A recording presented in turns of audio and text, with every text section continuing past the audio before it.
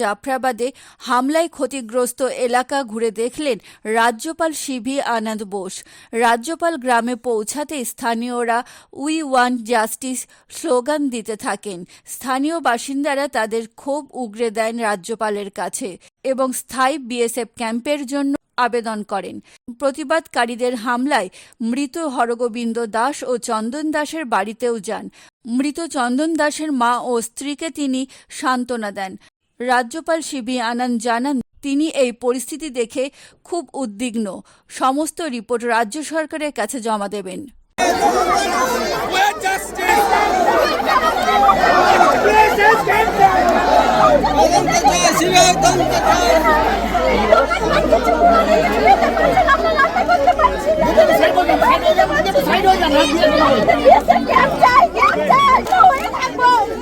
মুসলিম হব না, আমরা হিন্দু হয়ে হিন্দু মাতৃমাটিতে আমরা বাস করবো। আমাদের ক্যাম্প নেই, স্থায়ীভাবে ক্যাম্প নেই।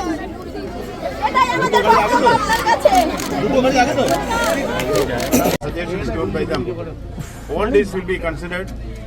I will take it up with government of India and the state government for appropriate action. I also ask them, feel free to talk to me directly.